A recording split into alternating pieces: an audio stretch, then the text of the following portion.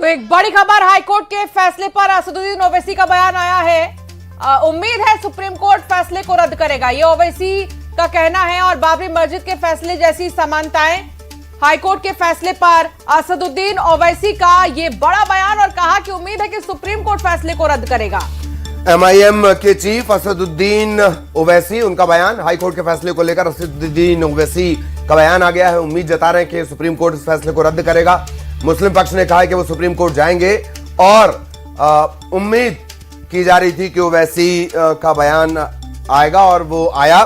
भोपाल लिए चलेंगे, रमाकांत के पास अपडेट है। रमाकांत जी देखिए ललित, जिस तरह से जो राजनीतिक बयानबाजी अब होना है वो होना शुरू हो चुकी है। असदुद्दीन ओवैसी का जो बयान आया है उसको राम जन्मभूमि मामले से जोड़कर देख सकते हैं कि इलाहाबाद हाईकोर्ट के फैसले के बाद भी मुस्लिम कोर्ट ने सुप्रीम कोर्ट का रुख किया था और सुप्रीम कोर्ट से भी तकरीबन फैसला लगभग वैसा ही आया। और यही मामला है कि देखिए लीगल ओपिनियन लेने के लिए हर समुदाय जो है वो अपने स्टेप उठा सकता है। जो इंदौर बेंच ने जो फैसला दिया है उस पर जो मुस्लिम समुदाय का कहना है कि वो अब सुप्रीम कोर्ट का रुख अख्तियार करेंगे, तो उनके पास यही एक बेहतर और आखिरी विकल्प है कि वो सुप्रीम कोर्ट के पास जाएं। सुप्रीम कोर्ट जो फैसला देगा वो भी उनको मान्य करना होगा। और इसी तरह से इलाहाबाद हाई कोर्ट का फैसला राम जन्मभूमि के मामले में आया था और अब इंदौर बेंच का फैसला उसी का जिक्र ओवैसी साहब भी कर रहे थे। दुर्गेश जी, एक रिएक्शन जल्दी से। ओवैसी जी कह रहे हैं कि अब सुप्रीम कोर्ट से उम्मीद है। देखिए, निश्चित रूप से जो भी देश में रह रहा है उसको कानून मानना पड़ेगा और मुस्लिम पक्ष अगर वहां जाना चाहता है तो उसकी वो है, वो क्या करता है। पर आज का दिन उनको मुझे लगता है कि सहर्ष भाव से इस चीज को स्वीकार करना चाहिए। आप देखिए, जब विभाजन के समय पे जो हिंदू पक्ष जो पाकिस्तान में था वो 8% था, अब जाके 0.3% बचा हुआ है।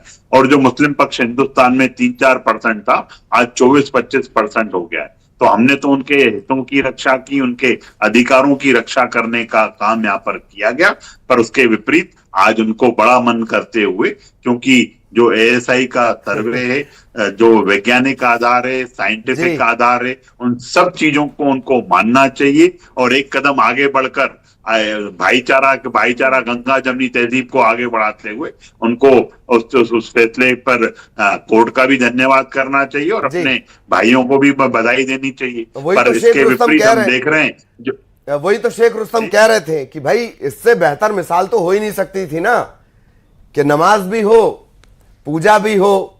यही शेख रुस्तम तो जिक्र कर रहे थे केशवानी साहब। जो 5 टाइम में यहाँ पे मुस्लिम समाज आराम से अपनी इबादत कर सकता है, किसी को कोई रोक नहीं है। पूरे सौहार्द जो उनके अधिकार हैं, उन अधिकारों की रक्षा की जा रही है। पर आपको एक कदम आगे बढ़ना चाहिए। अगर किसी चीज को जो ASI सर्वे कर चुका है, जो वैज्ञानिक आधार बता चुके हैं, जो उसका पुरातत्व महत्व है, वो सब बता रहा है और वहां पे जो मौजूद शिलालेख हैं, हर चीज उस चीज की गवाही दे रहा है कि यह मंदिर था। मुगलों के आतंक के बाद उस चीज को ध्वस्त कर मस्जिद बनाने का काम कर दिया था वहां पे। ऐसे निर्णयों का मुझे लगता है कि एक कदम आगे बढ़कर उसी सर्वे के आधार पर ही आज जो है फैसला आया कोर्ट का। दुर्गेश जी, ठीक है, मैं बहुत जल्द एक रिएक्शन लूंगी शेख रुस्तम जी से भी, लेकिन मिथिलेश हमारे संवाददाता इस वक्त मौजूद है इंदौर हाईकोर्ट के पास ही। मिथिलेश, वहां पर जितने भी हिंदू पक्ष के याचिकाकर्ता थे, जितने भी लोग थे, अभी आप ही के साथ मौजूद थे, क्या कहना है उनका? एक रिएक्शन लीजिए। अब मुस्लिम पक्ष ये कह रहा है कि वो सुप्रीम कोर्ट का रुख करने वाला है। असदुद्दीन ओवैसी का भी एक बयान आया बीच में। जी बिल्कुल। अब मुस्लिम जो पक्ष है उनकी तरफ से अब अभी तक उन्होंने मीडिया से बातचीत नहीं की है, लेकिन लोग हमारे साथ जुड़े हुए हैं। हम तो लगातार आपसे बातचीत कर रहे हैं क्योंकि जैसे ही हम लोग बाहर निकले ये स्टेटमेंट आया, आपकी आंखों में आंसू नजर आया, भावुक हुई आप। भावुक तो होना तय था ना, इतने सालों का संघर्ष है, इतने सालों के वो सब आग से उमड़ कर बाहर आना ही था। क्या आज आपको जब ये इतना बड़ा जजमेंट आया, ऐतिहासिक फैसला आया, क्या याद कर रही थी आप? बहुत सारी बातें आपने रखा, हम यहाँ पे मौजूद थे। किन चीजों को आज आपने सबसे ज्यादा याद किया इस संघर्षों में? मैंने अभी सभी को यही बताया कि हम लोगों ने जो हमारी पीढ़ी ने जो देखा है, जो बचपन से लेकर आज तक में हमने वहाँ पर कर्फ्यू देखा, लड़ाइयाँ देखी, मारपीट देखी, भाइयों को जेलों में जाते हुए देखा, उन लोगों के संघर्ष देखे, तो ये देखकर भावुक हुई मैं, थोड़ा सा रोना आया।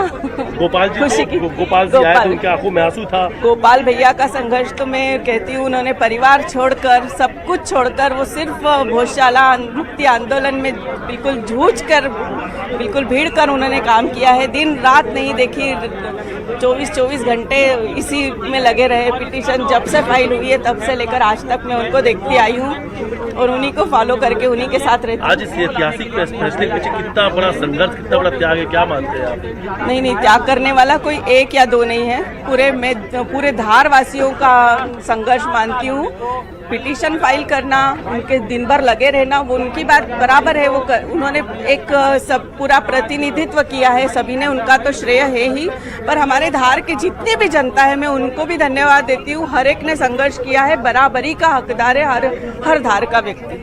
तो पूरे धार आज धार में कैसा माहौल है? आज धार में दिवाली है।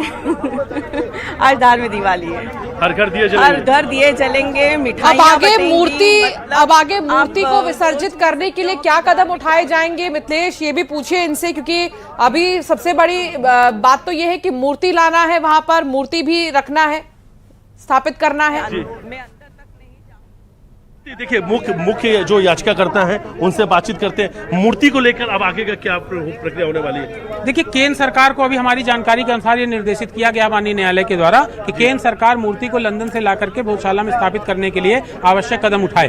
तो अब केंद्र सरकार इसको किस तरीके से करती है, उसको कितना समय लेती है, वो केंद्र सरकार के ऊपर निर्भर करेगा। लेकिन हमें ऐसा लगता है, पूर्ण विश्वास है कि माननीय न्यायालय के आदेश का अनुपालन करते हुए केंद्र सरकार इसमें जल्द से जल्द कार्रवाई करेगी। और लंदन, क्योंकि ये विषय केंद्र सरकार का है, तो केंद्र सरकार लंदन से मूर्ति ला करके स्थापित करेंगे। और जब हम पूरी प्रतीक्षा में है कि जैसे ही मूर्ति यहाँ पर आती है, हम उसका भव्य तरीके से स्वागत करके उसकी स्थापना फिर से करेंगे और उसके भव्य रूप से पूजा अर्चना करेंगे। आप तो लखनऊ से आए हैं जी, और लखनऊ से कुलदीप तिवारी निकले और लगातार इस पे कानूनी लड़ाई लड़ रहे थे। माता सरस्वती ने बुलाया है। मतलब मुझे सच में नहीं पता कि मैं कैसे आया।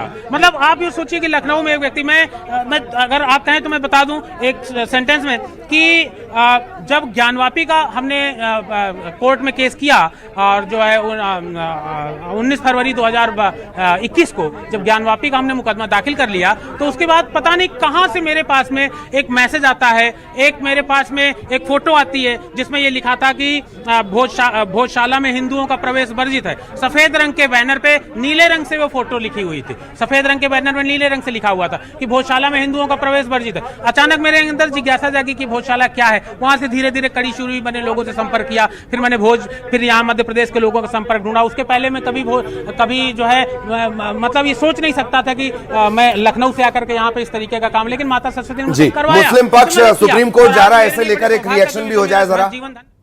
मुझे ये ईश्वर ने माता सरस्वती ने कार्य सौंपा और उन्होंने ही, मुस्लिम पक्ष तो अब सुप्रीम कोर्ट जाएंगे, वो तो उन्होंने पहले ही कह दिया। सबका रास्ता खुला हुआ है, ये उनका अधिकार है। मुस्लिम पक्ष को जाना चाहिए अगर उनको लगता है कि वो अपनी बात को और बेहतर तरीके से रख सकते हैं, जो हाई कोर्ट में नहीं रख। क्या एएसआई का सर्वे किसी तरह से कमजोर साबित होगा? सुप्रीम कोर्ट में कहीं कोई कमी बेशी तो नहीं रह जाएगी? ललित एडवोकेट भी है, सीधे ये लीगल चीजें हैं, सीधे उन्हीं पे बातचीत करेंगे और उन्हीं से पूछते हैं जो लगातार ये पूरा केस लड़ रहे थे, उनसे ही पूछते हैं कि अब आगे आने वाले समय में इसमें और क्या कुछ प्रोसेस होंगे, आने वाले समय में क्या कुछ और कानूनी लड़ाई लड़नी बाकी है क्या, या हाई कोर्ट ने जो कुछ अपना फैसला सुना दिया है। अब देखिए, अब हाई कोर्ट का तो आज निर्णय आ चुका है, क्या इसके बाद सुप्रीम कोर्ट की बात भी आई थी कि अब मुस्लिम पक्ष जो है सुप्रीम कोर्ट जा रहा है? देखिए, उनका अधिकार है, वो सुप्रीम कोर्ट जा सकते हैं। मेरा मानना है कि कम से कम जो भी इस विषय को लेके जो दो समुदायों के बीच में कटुता रही, वो कटुता कम से कम आज इस निर्णय के बाद खत्म हो जानी चाहिए और सभी लोगों को स्वीकार करना चाहिए। जो तथ्य सबको सामने दिखता है, अपनी आंखों से स्पष्ट है कि ये मंदिर है, उसको स्वीकार करते हुए उपासना स्थल